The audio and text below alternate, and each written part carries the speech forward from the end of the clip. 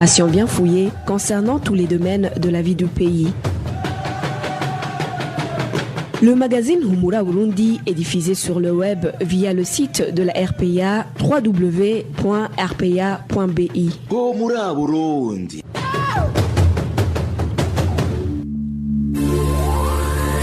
À la présentation, Janvier Ninina Hazgue. MST Venyungekwa sur la mise en onde de ingénieur Égide Mwemero pour la prise d'image. Bienvenue chers auditeurs à ce magazine Humura Burundi de ce mercredi 8 avril 2020 et dont voici d'abord les principales articulations. Le ministère de la Santé publique fait savoir que 34 cas qui avaient été en contact avec les 3 personnes atteintes du Covid-19 ont été tous testés négatifs. Le gouvernement du Burundi a largement violé les droits des Burundais ayant la nationalité belge pour les empêcher à rentrer en Belgique. Enfin, les membres des partis de l'opposition en commune Ruhororo de la province Ngozi dénoncent les menaces et intimidations que leur infligent les partisans du CNDD-FDD au pouvoir. Le développement des titres, c'est dans quelques instants.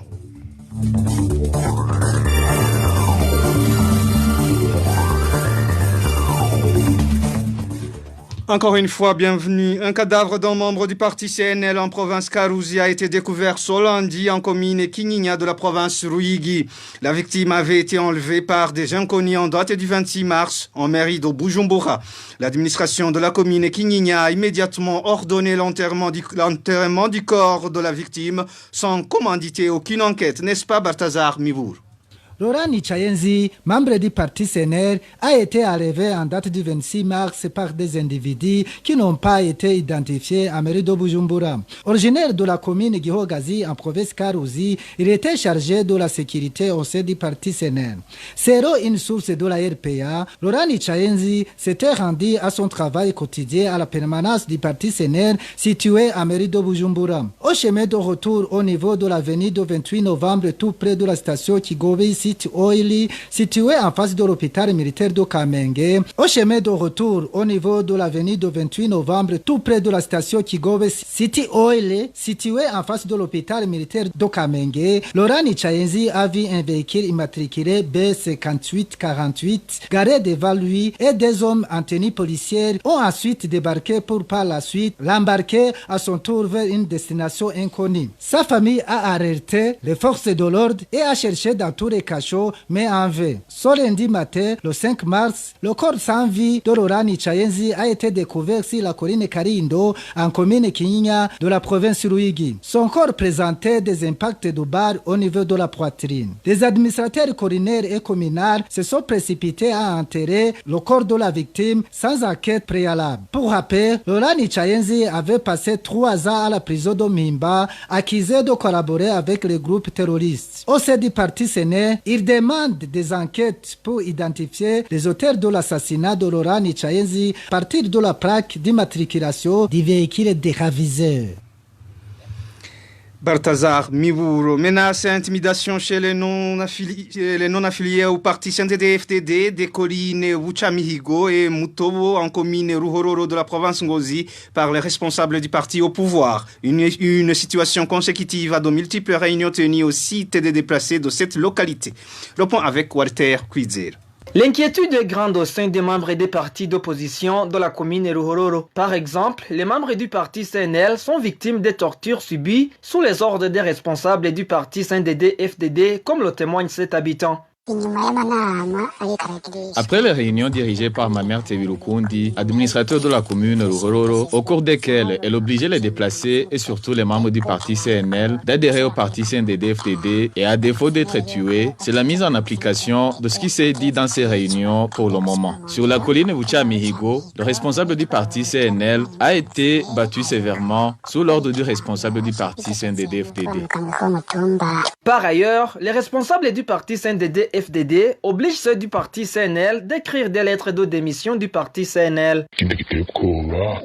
Ce qui est encore effrayant, Jean-Paul Manelakidza, responsable du CNDD-FDD au niveau communal, a ordonné au chef du parti CNL sur la colline Mutobo d'écrire une lettre de démission pour dire adieu au parti CNL le plus vite possible. Sinon, qu'il va être arrêté et qu'il ne fera plus son commerce. Pour le moment, les membres des partis de l'opposition craignent le pire plus les élections approchent. Nous, habitants de Ruhororo, trouvons que ça va être plus compliqué, surtout que c'est l'administrateur qui est à la tête de tout cela. La situation va être de plus en plus dure durant la période électorale qui approche. Selon des informations sur place, Mamère Tebirukundi, administrateur de la commune Ruhororo, est le commanditaire de toutes ces menaces et se consacre exclusivement aux activités du parti CNDD-FDD pour le moment. La RPA a essayé de joindre Mamère Tebirukundi, mais son téléphone sonnait sans que personne ne décroche. Merci à Walter Kwizera. Le député Fabien Vanchiganino, élu dans la circonscription de la province Bubanza, demande au procureur de la République à Bubanza de diligenter des enquêtes approfondies sur les cas d'assassinat et enlèvement répertoriés dans cette province. Ce député fait un clin d'œil aux organes juridiques que si sa voix ne serait pas entendue, ils en subiront les conséquences tôt ou tard. Vicky Chris Ninhelete nous fait le point. Dans sa correspondance du 24 mars dernier adressée au procureur de la République à Bubanza, le député Fabien Vanchiganino a énuméré les cas d'assassinat et des personnes portées disparues. Ce député demande au procureur de diligenter des enquêtes afin que les familles des victimes sachent la vérité. Oui, j'ai écrit au procureur de la République à Bubanza pour lui rappeler en cas de meurtre que je lui avais transmis en 2018. Lui a aussi ajouté notre liste. Le total est de 21 personnes, les unes portées disparues, d'autres assassinées. Alors, j'ai écrit au procureur de la République à Bubanza pour lui demander de mener des enquêtes pour dégager les coupables et rétablir la justice. De toute façon, il est demandé du procureur de procéder à des enquêtes pour des assassinats ou pour des cas de personnes portées disparues. C'est un. De deux, pour que ceux qui sont portés disparus, que l'heure sachent qu'ils ne verront plus l'heure et que par conséquent, les familles pourront procéder à des résultats définitifs de leur regretter. Ce représentant du peuple de Bubanza fait savoir que ce n'est pas la première fois qu'il demande au procureur de cette province de faire des enquêtes sur de tels cas. Et ce dernier n'a rien fait jusqu'ici. Le député Fabien Vanchiganino fait savoir qu'il espère avoir une réponse favorable à sa demande de la part du procureur, si pas de l'autorité hiérarchique. Sinon, toutes ces autorités restent comptables, précise-t-il. Si les enquêtes ne sont pas faites, de toute façon, un jour ou l'autre, ils devront répondre devant une juridiction à ce manquement qu'ils auront fait dans leur période de responsabilité. Contacté à ce propos, Jean-Claude Nsengiyumva, procureur de la République à Bubanza, a dit de s'adresser au porte-parole du ministère et ce dernier est resté injoignable. Retrouvez les différentes productions de la RPA sur Facebook, YouTube, Twitter et sur www.rpa.bi. Le ministère burundais de la Santé publique réaffirme que jusqu'à date, il n'y a que 3 cas testés positifs au Covid-19. Dans un point de presse animé dans l'après-midi de ce mercredi, le ministre Tadei Ndikumana a indiqué que 34 tests faits pour des personnes ayant été en contact avec les 3 patients ont été tous négatifs. Le gouvernement du Burundi assume la responsabilité de refuser samedi dernier à 30 Burundais de nationalité belge la latitude de rentrer en Belgique. Via le porte-parole du ministère burundais des Affaires étrangères, Gitega explique qu'il n'y a aucune raison pour ces personnes de fuir leur pays natal. Trésor Nyongabo nous fait le point. Les 30 Burundais binationaux ont été triés parmi 112 personnes qui s'apprêtaient à prendre le vol vers la Belgique à l'aéroport international de Bujumbura. Le gouvernement du Burundi, via le porte-parole du ministère des Affaires étrangères Sonia Inès Niyubawe, affirme avoir pris cette décision sans toutefois donner un motif valable, étant donné que les personnes de double nationalité ont le droit de se rendre de leur gré dans l'un ou l'autre pays dont ils sont ressortissants. Il y a des Burundais auxquels nous avons avons refusé de se rendre en Belgique. La seule et unique raison, c'est parce que ce sont des Burundais. Comme ce sont des Burundais de sang, est-ce que le gouvernement n'a pas de pouvoir sur ces personnes? Peu importe le motif de cette décision, les autorités burundaises ont le pouvoir sur eux. Sonia Inès Niyubahwe ajoute que la décision de ces binationaux de rentrer en Belgique, où ils ont des familles et des activités professionnelles, est un acte d'exil. Ce sont des Burundais qui se trouvent dans leur pays. Ils n'ont aucune raison de fuir leur pays. À la question de leur famille restée en Belgique, Sonia Inès Niyubahwe a répondu qu'elle aussi devrait rentrer au Burundi. Ce sont des Burundais aussi qui leur disent de rentrer chez eux au Burundi. Jusqu'aujourd'hui, le gouvernement du Burundi n'a pas encore déterminé où se trouvent ces binationaux et leurs conditions de vie. Pour le moment, les familles de ces personnes s'inquiètent de leur sécurité et leur état de santé. À ce propos, le comportement du gouvernement burundais est contre-productif et ses explications non fondées, réagit un spécialiste en droit international. Sur base de la réglementation du droit international, Maître Méthode Ndikumasabo précise qu'en cas de possession d'une double nationalité, prévaut la nationalité du pays dans lequel la personne a plus d'attaches et non le pays d'origine. Suivez. J'ignore le type de nationalité en question, mais je m'imagine qu'il y a au moins 3 groupes de personnes. Le premier groupe serait celui de Burundais qui ont la nationalité burundaise avec une autre nationalité étrangère, mais qui sont installés à l'étranger et qui se retrouvaient pour une raison ou une autre au Burundi en ce moment.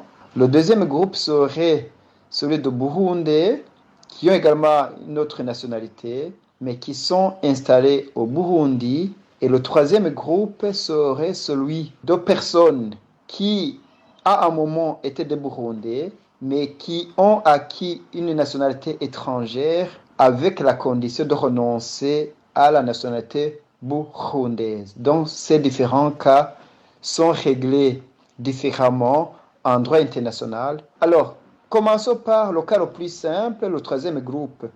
Cela, franchement, le Burundi n'a rien à voir avec eux, même si ils ont le sang burundais. La question devient un peu plus délicate pour les 2 autres groupes. Et là, le droit international considère la nationalité la plus effective, c'est celle du pays dans lequel la personne a des attaches les plus solides. Et quand on parle d'attaches, il faut penser par exemple au pays dans lequel on réside la plupart du temps, sur l'année par exemple, où la personne réside une grande partie de l'année, le pays dans lequel sa famille est installée, le pays dans lequel on a du travail, ainsi de suite. Donc, c'est la nationalité de ce pays qui prévaut sur la nationalité burundaise. Et pour les Burundais d'origine, qui ont acquis notre nationalité, mais qui ont des attaches plus solides avec le Burundi, là, c'est évidemment la nationalité burundaise qui prévaut sur l'autre. Pour ce genre de litige, ce sont les États dont les nationalités prévalent qui plaident pour leurs ressortissants. En cas d'échec, la compétence de trancher revient à la Cour internationale de justice. Le spécialiste en droit international mentionne aussi que même en cas de la prévalence de la nationalité burundaise, Gitega a violé la constitution burundaise qui autorise la libre circulation de tout Burundais. Encore une fois, Maître Méthode Ndikumasabo. Pour les personnes dont la nationalité étrangère prévaut sur la nationalité burundaise, elles ne peuvent agir que par le biais de ces États étrangers, par la voie qu'on appelle la protection diplomatique. Et cette protection diplomatique se fait en 2 étapes. La première étape, c'est sur les négociations diplomatiques. Et si ces négociations échouent et que le problème persiste, plus tard, il sera question de procédure judiciaire. Et entre États, ça sera la Cour internationale de justice qui devra trancher le différend. Et pour ces personnes pour lesquelles le Burundi prétend être le pays avec lequel ils ont plus d'attaches et devraient théoriquement se rabattre sur les procédures prévues devant la juridiction burundaise. Évidemment, même pour ce groupe de Burundais qui ont des attaches au Burundi, je dois quand même mentionner la constitution burundaise qui prévoit qu'un Burundais a le droit de quitter son pays et d'y revenir quand il veut. C'était Maître Methode Ndikumasabo, spécialiste en droit international. Le gouvernement du Burundi encourage les ministères des Affaires étrangères des États membres de la communauté de l'Afrique de l'Est et de la République démocratique du Congo pour les mesures prises en vue de faire face à la pandémie du coronavirus. Dans une note verbale sortie ce mardi par le ministère burundais des Affaires étrangères et de la coopération, Gitega s'engage à suivre et respecter les principes de l'EAC dans le but de vaincre cette pandémie pour la reprise de la circulation des biens et des personnes.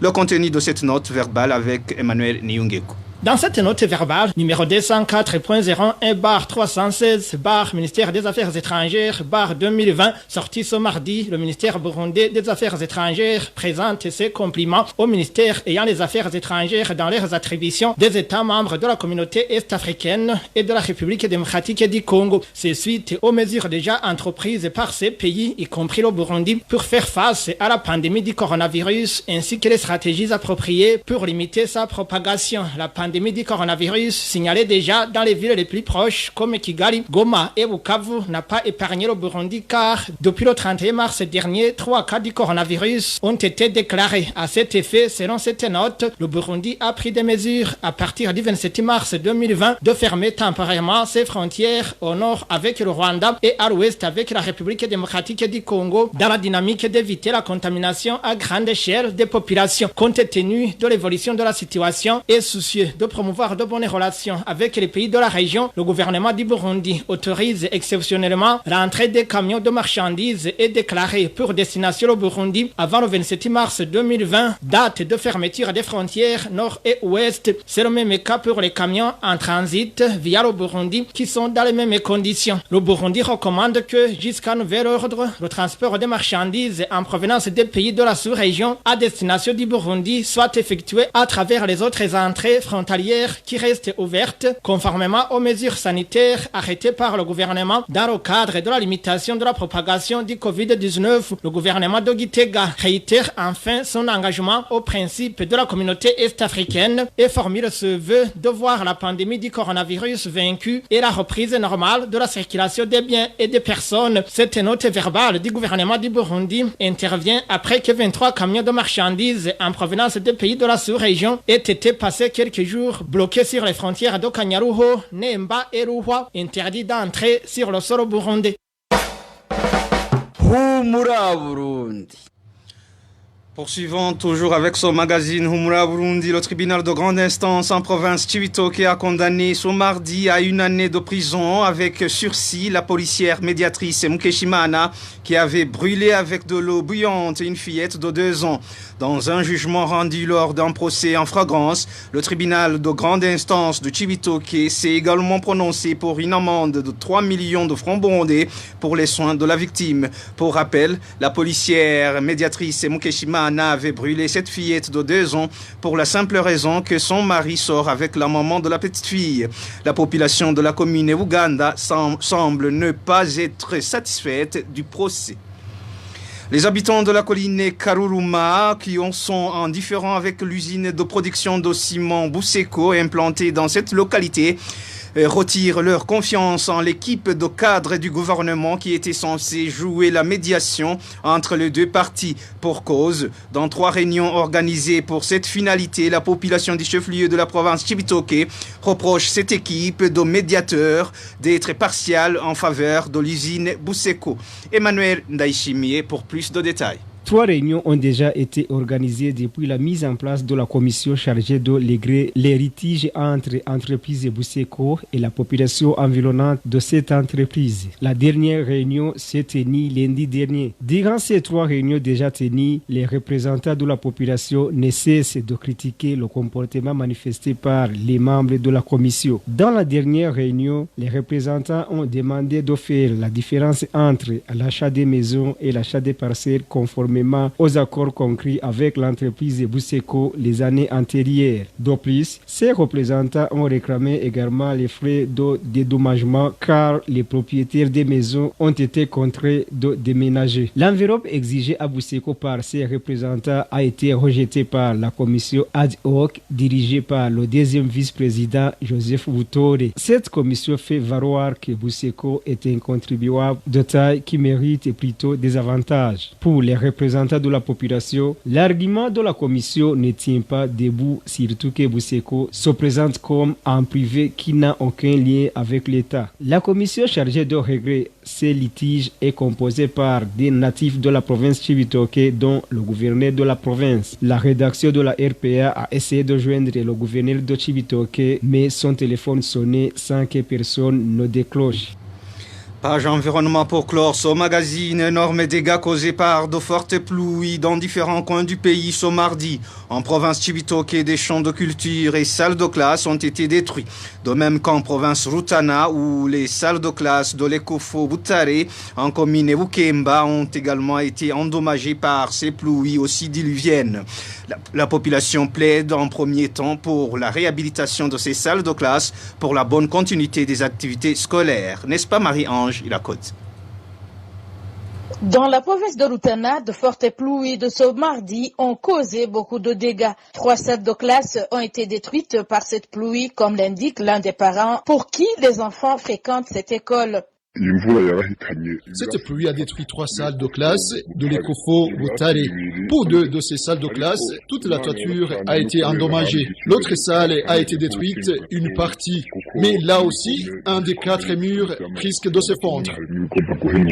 Les parents des élèves de cet établissement sont inquiets. Ils ne savent pas d'où trouver de salles de classe pour le 3e trimestre. Déjà le 20 février dernier, la pluie avait détruit d'autres salles de classe non réhabilitées jusqu'à présent. Oui, les examens étaient finis et les élèves seront bientôt en vacances. Mais nos inquiétudes est de savoir où les enfants vont passer le 3e trimestre.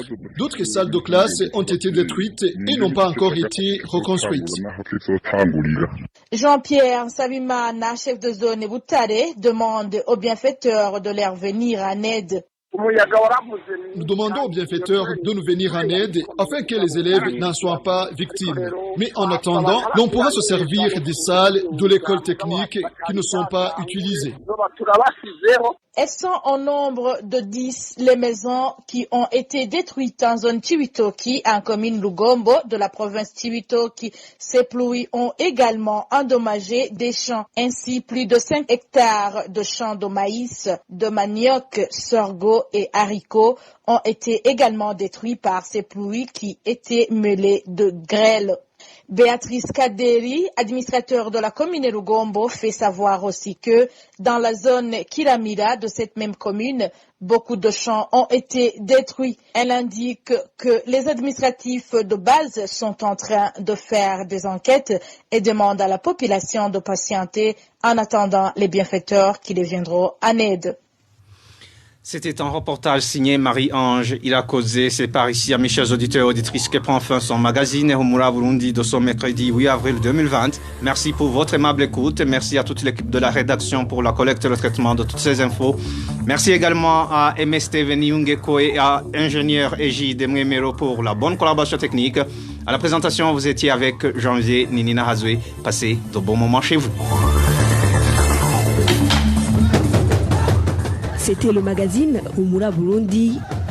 Un magazine comprend pour relier les Burundais en exil et ceux toujours au pays à travers une information de qualité.